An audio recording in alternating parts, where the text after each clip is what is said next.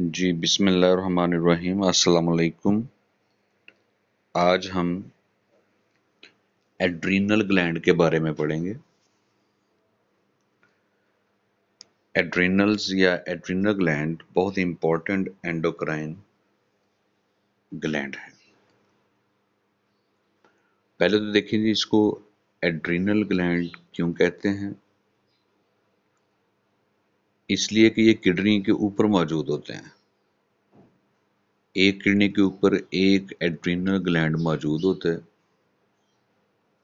और आप डायग्राम में भी देख सकते हैं कि ये हमारा किडनी है और किडनी के ऊपर ये एड्रीनल ग्लैंड मौजूद है। तो एड्रीनल, रीनल कहते हैं किडनी को, एड का मतलब अब ऊपर, तो ये किडनी के ऊपर अटैच है, तो ये है एड्रीनल ग्लैंड। और अगर इस ग्लैंड को यहाँ से हटाकर इसकी इंटरनल स्ट्रक्चर देखी जाए तो इंटरनली इसके दो पार्ट आपको मिलेंगे एड्रीनल ग्लैंड के। ये जो आउटर मोस्ट पोर्शन होता है ये it is made up of cells, और ये एंडोक्राइन सेल होते हैं। ये जो मैं रेड कलर के ड्रॉ कर रहा हूं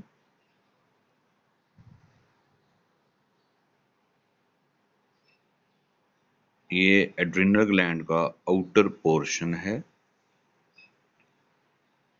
और इसे हम कहते हैं adrenal cortex. Cortex mean outer portion, adrenal gland का आउटर पोर्शन है। और ये जो ब्लू कलर में ड्रॉ कर रहा हूं मैं, ये एड्रीनल ग्लैंड का इनर पोर्शन है और इसे एड्रीनल मेडुला कहा जाता है। मेडुला। तो एड्रीनल ग्लैंड के ये दो पार्ट हैं और दोनों में से डिफरेंट टाइप के हार्मोन प्रोड्यूस होते हैं। इसमें से दो डिफरेंट टाइप के हार्मोन प्रोड्यूस होते हैं। अब कॉर्टेक्स से जो हार्मोन प्रोड्यूस होते हैं उनको कॉर्टिकल हार्मोन कहा जाता है और जो मेडुला से हार्मोन प्रोड्यूस होते हैं उनको मेडुलरी हार्मोन कहा जाता है। मेडुला में से सक्रीट होने वाले हार्मोन को मेडुलरी हार्मोन कहा जाता है और जो कॉर्टेक्स से हार्मोन सक्रीट होते हैं उनको कॉर्टिकल हार्मोन्स कहा जाता है। अब इन दोनों हार्मोन की केमिकल कंपोजिशन और इनके फंक्शन और बॉडी में इनके टारगेट टिश्यू अलग अलग होते हैं। अब कॉर्टिकल हार्मोन और मेडुलरी हार्मोन की डिटेल हम देखते हैं।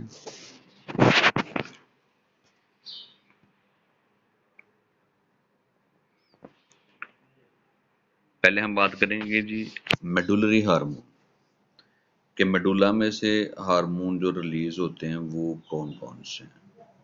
मेडुलरी हार्मोन, ये दो हार्मोन है, एड्रेनालिन और नॉर एड्रेनालिन। ये बेटे वही कंपाउंड है जो न्यूरॉन से रिलीज होते हैं, तो इनको एपिनेफ्रीन और नॉर एपिनेफ्रीन कहा जाता है। तब वो वहाँ पे न्यूरोट्रांसमीटर के तौर पे काम कर रहे हैं। यही केमिकल कंपाउंड जब एड्रीनल मेडुला से रिलीज हो रहे होते हैं तो इनको मेडुलरी हार्मोन यानी एड्रेनालिन और नॉर एड्रेनालिन कहा जाता है। अब ये हर वक्त प्रोड्यूस नहीं होते, ये रीनल मेडुला से एड्रीनल मेडुला से तब रिलीज होते हैं जब हमें किसी स्ट्रेस सिचुएशन का सामना होता है। अब स्ट्रेस सिचुएशन में एड्रेनालिन का काम क्या होता है, ये ब्लड वेसल को डायलेट करवा देता है, उनके डायमीटर में इजाफा करवा देता है। और जब ब्लड वेसल्स का डायमीटर बढ़ जाता है तो उसमें ब्लड फ्लो भी बढ़ जाता है। अब ये बॉडी की तमाम ब्लड वेसल के साथ ये सलूक नहीं किया जाता कि एड्रेनालिन बॉडी की तमाम ब्लड वेसल का ही डायमीटर बढ़ा देगा। ये सिर्फ स्पेसिफिक ब्लड वेसल्स होती हैं, जैसा कि वो ब्लड वेसल जो हमारे स्केलेटल मसल को ब्लड सप्लाई करती हैं। स्ट्रेस सिचुएशन में इन ब्लड वेसल का डायमीटर जो है वो बहुत इंक्रीज हो जाता है, ये ताकि स्केलेटल मसल्स को ज्यादा ब्लड फ्लो मिले। इसी तरह इस हार्मोन की वजह से हार्ट आउटपुट बढ़ जाती है। अब हार्ट आउटपुट क्या है? ये है amount of blood pumped in 1 minute, कि पर यूनिट टाइम में, 1 मिनट में हार्ट कितना ब्लड पंप कर देता है। और ये वैल्यू तकरीबन है 4 से 8 लीटर पर मिनट। वैरायटी है इसमें जी। तो 1 मिनट में हार्ट में से जितना भी ब्लड निकलता है, पंप आउट होता है, उसको हम हार्ट आउटपुट कहते हैं। अब सपोज करें कि नॉर्मल कंडीशन में जो है वो 3 लीटर ब्लड हार्ट पंप कर रहा है 1 मिनट में। अब फर्ज करें कि स्ट्रेस सिचुएशन में एड्रेनालिन हार्मोन जब प्रोड्यूस होगा तो यही आउटपुट 4 लीटर पे चली जाएगी। इसका मतलब है एड्रेनालिन हार्मोन हार्ट पंपिंग को भी स्पीड अप कर देता है, उसकी ब्लड को पंप करने की एबिलिटी को भी इंक्रीज कर देता है। लेकिन ये ऐसा कब होता है? During stress situation. अब नॉर एड्रेनालिन जो है ये एंटागोनिस्ट का काम कर रहा है कि ये ब्लड वेसल को कंस्ट्रिक्ट कर देता है, यानी उनके डायमीटर को कम कर देता है। दोबारा वही बात कि बॉडी की तमाम ब्लड वेसल के डायमीटर को कम नहीं किया जाएगा, सिर्फ चंद स्पेसिफिक ब्लड वेसल का ही डायमीटर कम किया जाएगा। और खास तौर पे जो ब्लड वेसल गट को ब्लड सप्लाई कर रही होती हैं, डाइजेस्टिव ट्रैक को, एलिमेंट्री कैनाल को।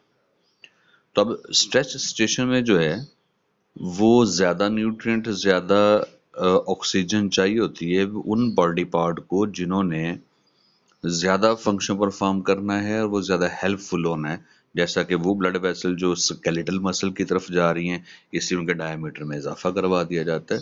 और स्ट्रेस सिचुएशन में गट जो है उस तरफ ब्लड सप्लाई थोड़ा कम कर दी जाती है।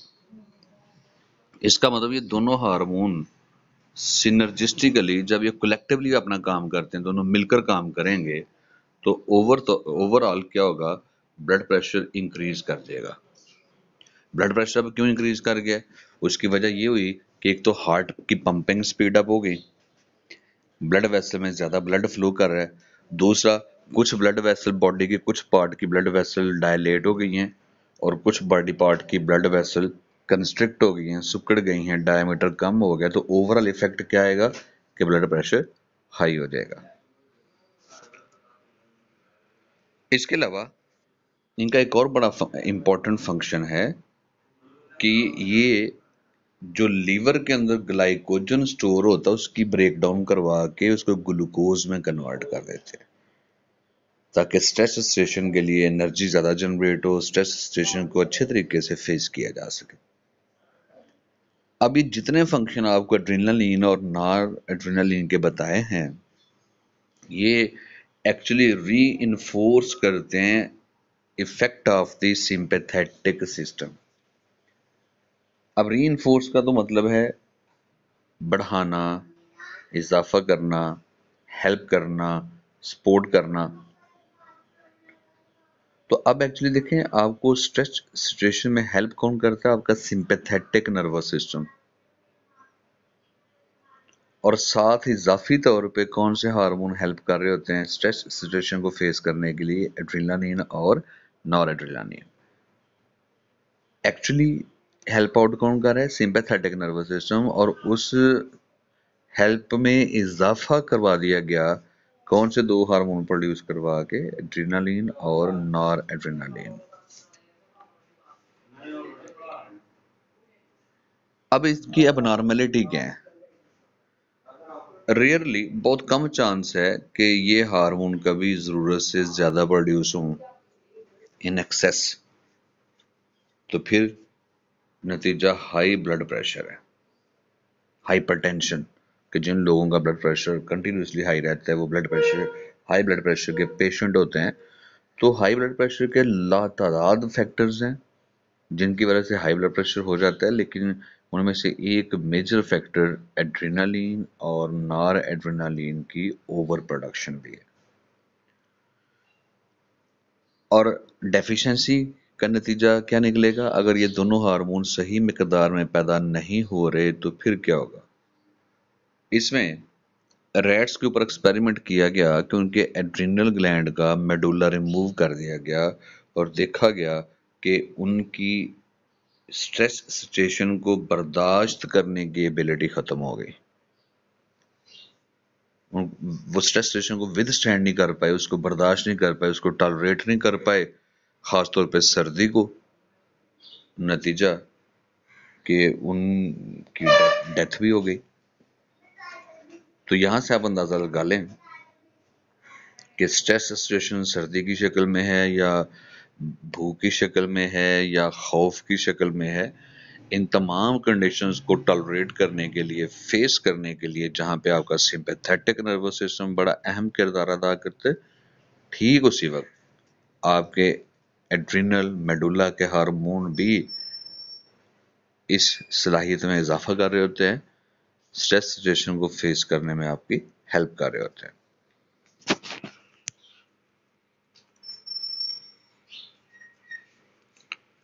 उसके बाद भी बात कर लेते हैं कार्टिकल हार्मोन्स।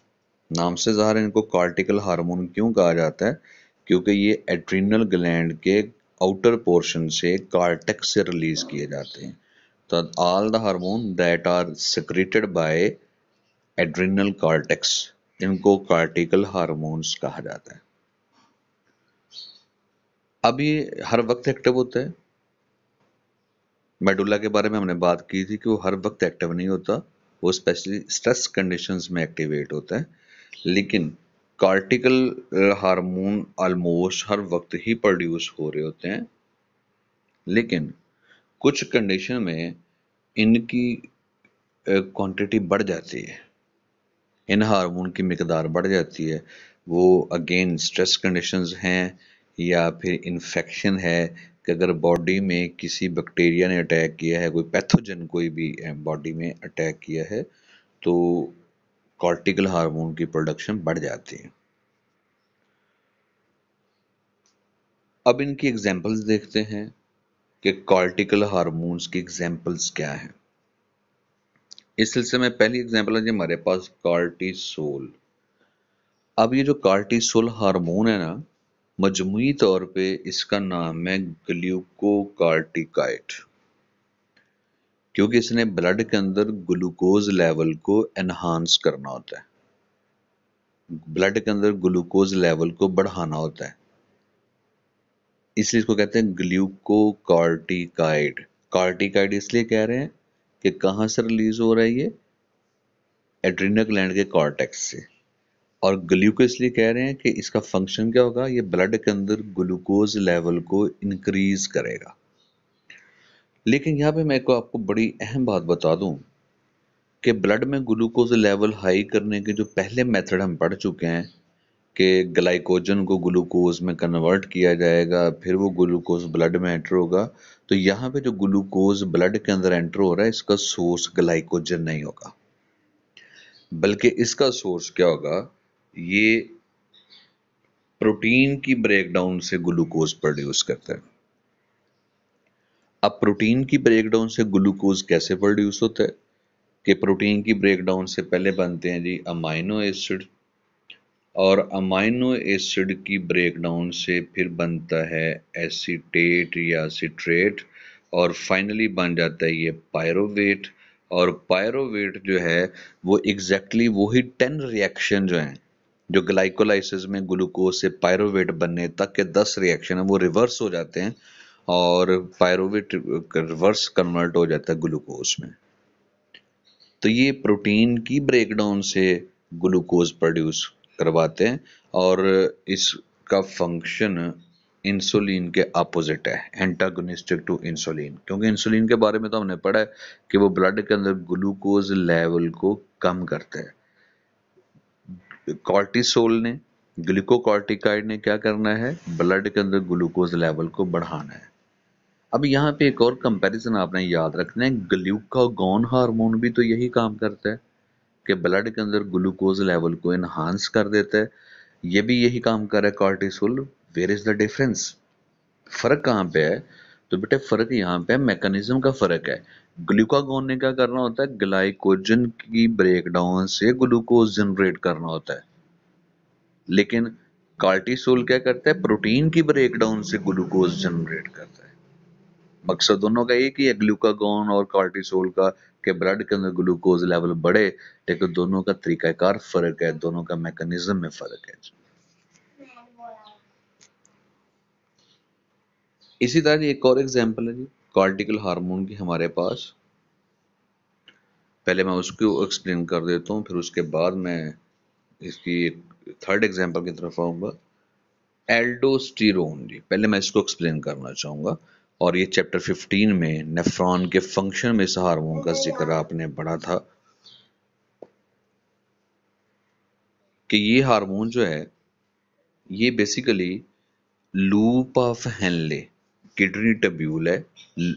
नेफ्रॉन, नेफ्रॉन का एक पार्ट है लूप ऑफ हेनले, उसकी असेंडिंग लिम्ब इसका टारगेट है, और वहां से ये सोडियम आयन को रीअब्जॉर्ब करवाता है। ये हम बड़ी डिटेल से पहले इसके बारे में पढ़ चुके हैं। टारगेट इसका क्या है जी, किडनी टब्यूल नेफ्रॉन का कौन सा पार्ट, असेंडिंग लिम्ब, और उसमें से सोडियम आयंस को ये, मिनरल आयंस को ये क्या करवाएगा, रीअब्जॉर्ब करवाएगा। इसलिए इसका नाम है मिनरेलो कॉर्टिकाइड, कि ये नेफ्रॉन में से मिनरल्स को रीअब्जॉर्ब करवा के ब्लड में भेजता है, और ब्लड में के अंदर मिनरल्स का लेवल बैलेंस में रहता है। उसके बाद एक कार्टिकोस्टेरोन, इसका डुअल फंक्शन है। ये ग्लूकोकॉर्टिकाइड के तौर पर भी काम करता है, अपनी जरूरत के वक्त ये ब्लड के अंदर ग्लूकोज लेवल को भी इंक्रीज करवा देता है, और ये मिनरेलो कॉर्टिकाइड के तौर पे भी काम करता है। ये मिनरल्स की रीअब्जॉर्प्शन, ब्लड के अंदर मिनरल्स के बैलेंस को मेंटेन भी करवाता है। देखें, कार्टिसोल प्योरली ग्लूकोकॉर्टिकाइड है, एल्डोस्टेरोन प्योरली मिनरेलो कॉर्टिकाइड है, सिर्फ मिनरल्स का बैलेंस मेंटेन करेगा, जबकि कार्टिकोस्टेरोन ये डुअल नेचर है इसकी, ये दोनों काम सर अंजाम दे सकते हैं, ग्लूकोज का लेवल भी मेंटेन करवा सकता है और मिनरल्स का लेवल भी मेंटेन करवा सकता है। तो ये आपने कार्टिकल हार्मोन जो हैं इनका ओवरऑल फंक्शन देख लिया है। अब यहाँ से कॉमन सेंस की बात है कि अगर ये हार्मोन ज़रूरत से ज़्यादा प्रोड्यूस हो रहे हैं तब क्या इफेक्ट आएगा, और जब ये ज़रूरत से कम प्रोड्यूस हो रहे हैं तो फिर क्या इफेक्ट आएगा, इसके बारे में थोड़ी सी बातचीत कर लेते हैं। डिस्ट्रक्शन ऑफ एड्रिनल कॉर्टेक्स, इसका ये मतलब है डेफिशिएंसी ऑफ कार्टिकल हार्मोन, कि अगर किसी वजह से कार्टिकल हार्मोन पूरी मिकदार में पैदा नहीं हो रहे, बड़ी पूरी क्वांटिटी में वो ब्लड के अंदर मौजूद नहीं है, तो फिर एक बड़ी अहम डिजीज का आपको सामना करना पड़ेगा, एडिसन डिजीज। अब एडिसन डिजीज जो है इस इसका एक बड़ी सिम्टम क्या है कि मेटाबॉलिक डिस्टरबेंस हो जाएगी, वीकनेस ऑफ मसल और muscle action and loss of salt. अब इनको अलग अलग से अगर आप देखें कि वीकनेस ऑफ मसल जो है ना ये क्यों होती है एडिसन डिजीज में, वीकनेस ऑफ मसल, उसकी वजह ये है कि ब्लड के अंदर इनकी वजह से ग्लूकोज लेवल अगर मेंटेन नहीं होगा तो वो ग्लूकोज जो है वो मसल सेल तक नहीं पहुंचेगा, तो मसल सेल के फंक्शन में खराबी पैदा होगी। इसके अलावा मिनरेलोकॉर्टिकाइड अगर ये अपना फंक्शन परफॉर्म नहीं करेंगे, क्योंकि वो कम मिकदार में पैदा हो रहे हैं, तो मिनरल का बैलेंस मेंटेन नहीं होगा। और मिनरल्स आपको पता है कि ये नर्व इम्पल्स जनरेट करने में भी इनका बड़ा इंपॉर्टेंट रोल है, सोडियम आयन वगैरह का, और फिर उसके अलावा मसल कंट्रैक्शन में भी इनका बड़ा इंपॉर्टेंट रोल होता है।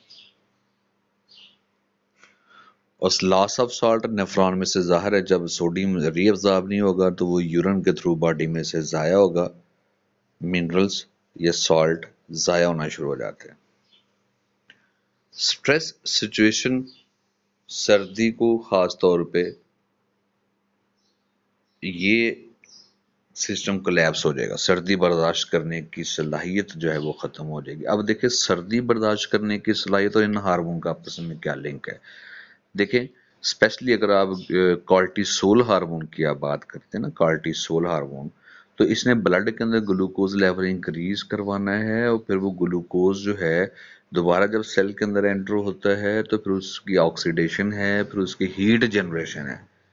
अब वो जितना ग्लूकोज मेटाबॉलिज्म इंक्रीज करता जाता है सेल के अंदर उतनी ही हीट ज़्यादा प्रोड्यूस होती है। आपका सर्दियों में भी बॉडी टेम्परेचर मेंटेन्ड रहता है।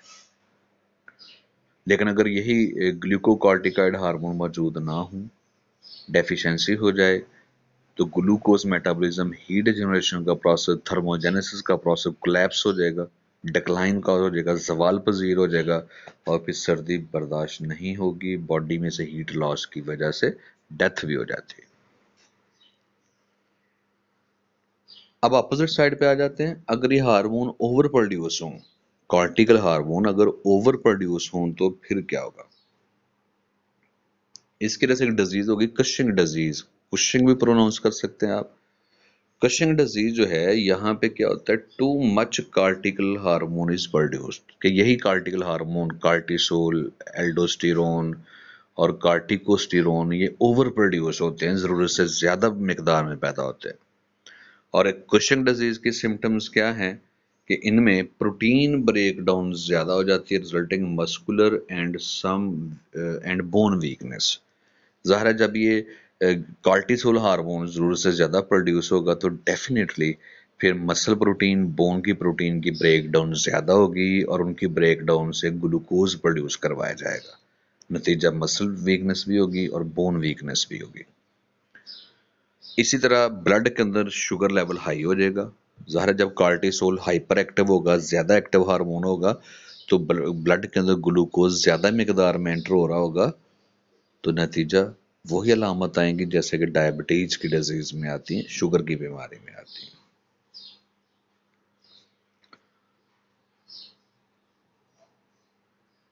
उसके अलावा जी ओवरऑल मेटाबॉलिज्म जो है वो डिस्टर्ब हो गया जी। उसके बाद आ जाते हैं एंड्रोजन हार्मोन, ये भी इसके कॉर्टेक्स से प्रोड्यूस होते हैं, एड्रिनल ग्लैंड के कॉर्टेक्स से प्रोड्यूस होते हैं जी एंड्रोजन हार्मोन। अब इनको एंड्रोजन्स इसलिए कहा जाता है कि ये ज्यादातर मेल की बॉडी में ये प्रोड्यूस होते हैं। मेल की बॉडी में एंड्रो का वर्ड इस्तेमाल किया जाता है मेल के लिए, एंड्रोजन्स। तो एड्रिनल कॉर्टेक्स से पैदा होने वाले वो हार्मोन जो मोस्टली मेनली मेल की बॉडी में प्रोड्यूस होते हैं, और इन हार्मोन की केमिकल नेचर वही है, दीज आर स्टेरॉइड हार्मोन्स। तो अब इनका फंक्शन क्या है, ये मेल की बॉडी में क्यों प्रोड्यूस होते हैं। इनका पहला फंक्शन है कि ये कंट्रोल करते हैं, डेवलप करवाते हैं सेकेंडरी मेल करेक्टरिस्टिक्स। अब सेकेंडरी मेल करेक्टरिस्टिक्स मैं आपको पहले भी एक्सप्लेन कर चुका हूँ कि मेल और फीमेल में सेक्स ऑर्गन के अलावा जो डिफरेंसेस होते हैं, स्पेशली मॉर्फोलॉजिकल डिफरेंसेस, उनको हम क्या कहते हैं, मेल सेकेंडरी करेक्टरिस्टिक्स। अब ये मेल सेकेंडरी करेक्टरिस्टिक्स क्या हैं, जैसे फेशियल हेयर का ग्रो करना, चेहरे पे बालों का ग्रो करना, उसके अलावा आवाज़ का भारी होना, ज़ाहिर है उसका ताल्लुक है लेरिंग्स का साइज बड़ा होने से, वॉइस बॉक्स बड़े होने से, मसल्स का ज़्यादा बल्की होना, मसल्स का ज़्यादा स्ट्रांग होना। तो ये जो सारे करेक्टरिस्टिक्स हैं वो ना सिर्फ एक और हार्मोन टेस्टोस्टेरोन भी कंट्रोल कर रहा होता है, लेकिन उसके साथ साथ ये एंड्रोजन हार्मोन भी कंट्रोल कर रहा होता है। फीमेल्स में भी एंड्रोजन हार्मोन प्रोड्यूस हो रहे होते हैं, लेकिन ये थोड़ी स्मॉल क्वांटिटी में प्रोड्यूस हो रहे होते हैं।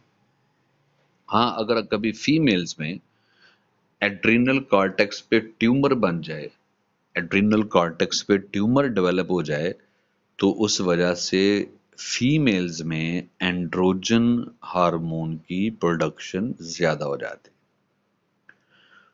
और उससे मॉर्फोलॉजिकली कुछ फीचर मेल जैसे डेवलप होना शुरू हो जाते हैं। जैसे इनमें से फेशियल हेयर का ग्रो करना और आवाज़ का भारी होना। ख़वातीन में अगर फेशियल हेयर बहुत ज़्यादा ग्रो कर रहे हैं या फिर आवाज़ जो है वो मर्दों की आवाज़ की तरह भारी आवाज़ है, तो माइट बी उसमें एक फैक्टर एंड्रोजन हार्मोन की ओवर प्रोडक्शन भी हो सकती है। लेकिन ज़ाहिर है ये तो बाकायदा एंडोक्राइनोलॉजी यानी हार्मोन का डायग्नोसिस टेस्ट करवा के ही पता चलाया जा सकता है कि किस वजह से ऐसा हो रहा है। लेकिन हम एक रफ गेस कर सकते हैं कि एंड्रोजन हार्मोन की ओवर प्रोडक्शन इसकी एक वजह हो सकती है। लेकिन ऐसे केसेस इंतहाई कम हैं। तो that's all about today lecture. तो एनी क्वेश्चन प्लीज।